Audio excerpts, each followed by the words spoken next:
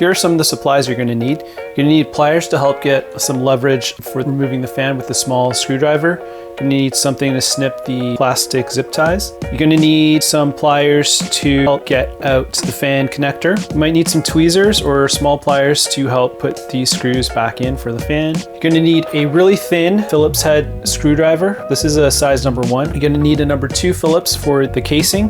You're going to need a T8 star screwdriver for the sides of the fan. You're going to need a replacement fan. You're going to need a cable of some kind to connect the fan to the light. So let's talk about disassembling the light. The first thing that you're going to want to do is take off the yoke. And if you forget which side it's supposed to go on, the screw, it doesn't really matter, but you can look at the photos if you forget. The front of the light has 4 screws, 1, 2, 3, 4. They're all the same. You can use the number 2 Phillips with them. The back side is very similar. It has 6 screws. There's 2 on the bottom, 2 in the middle, and then 2 in the top here.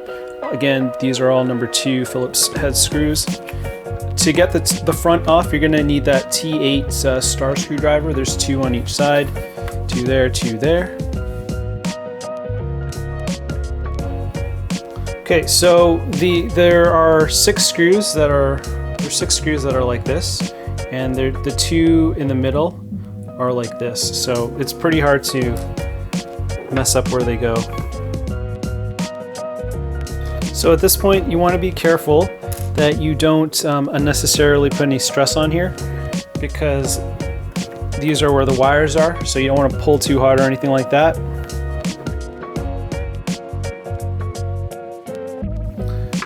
Okay, that's done. And now for the sides.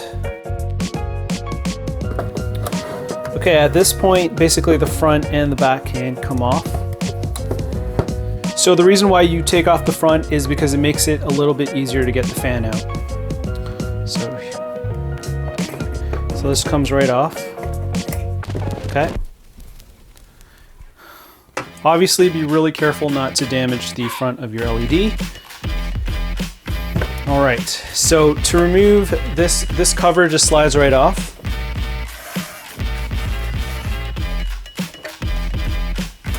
And there's a little plate here that you just pop it right off there. Here's the fan. To remove the fan, you're going to want to use a really small, a little thin screwdriver to get through the holes. If you use anything bigger, it's not going to fit in, obviously. Now, these screws are in pretty tight, so what you're going to want to do is have some pliers to help you get some leverage. So like so.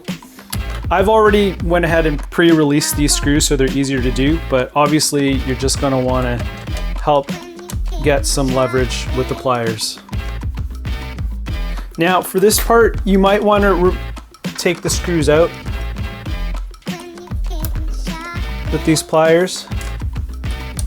If you don't take these out, when you remove the fan, they might fall into the fan, which is again not a really big deal because you can just shake the fan and get the screws out. But if you want to avoid that, just do what I'm doing now.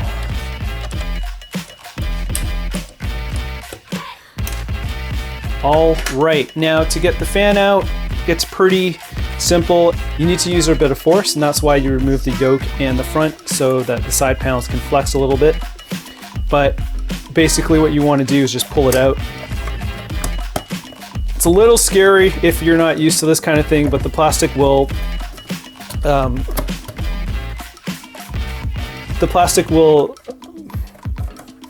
bend enough to get the fan out. Obviously, if you're Butterfingers, just make sure you don't break anything.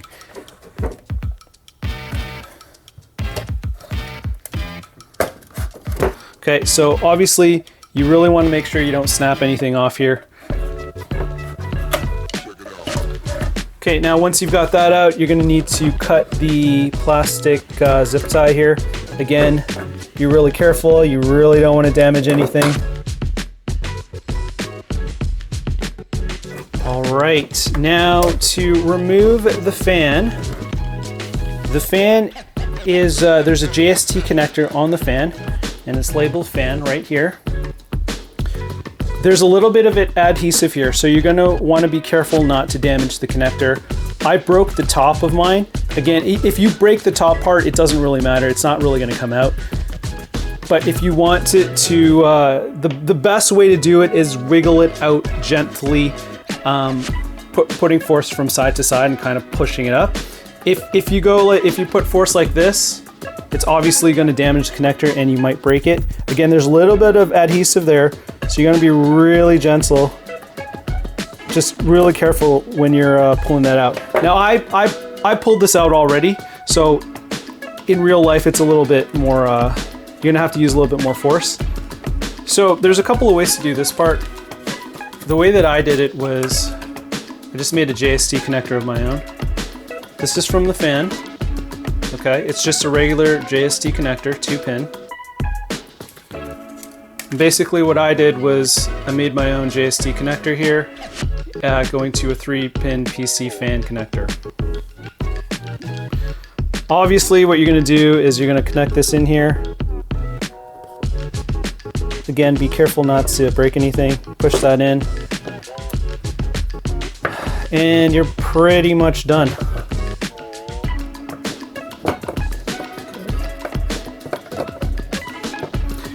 For this part, I mean, you can put a zip tie on if you want.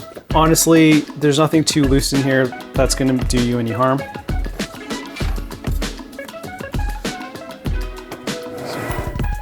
All right, so at this point, I don't personally feel the need to put another zip tie in there. But to get the fan back in here, make sure it's in the right direction. Make sure the airflow sign's in the right direction. So once you've made sure that the airflow sign's in the right direction, there's a couple of ways to do this. You can put this in and then line up the screws. For this particular fan, the screws actually can go in because they're pretty tight. And they're not going to fall out.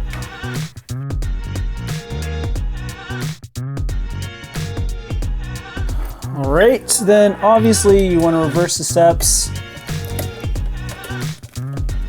by screwing this in. At this point, you might want to test the fan before putting everything back together. Make sure you're not touching anything that can kill you. Okay, once you've got that connected, you can turn it on and see if the fan spins up.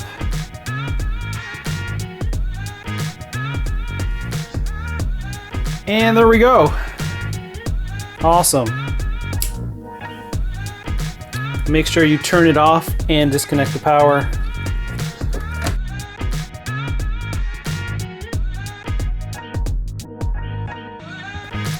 But so once you've got the fan back in, make sure everything's tucked in neat.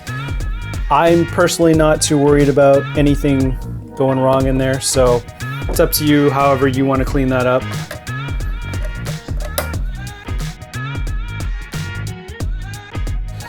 And remember the release goes on the top side.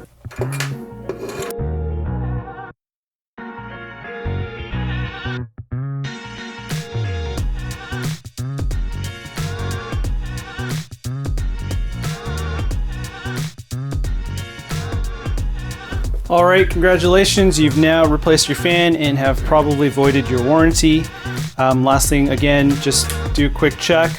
Make sure everything's working. And there it is. We're spun up and we are ready to go.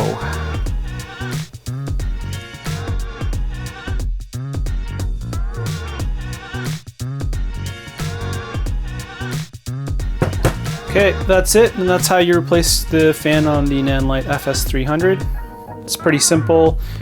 Just need the proper tools and make sure that you don't break anything.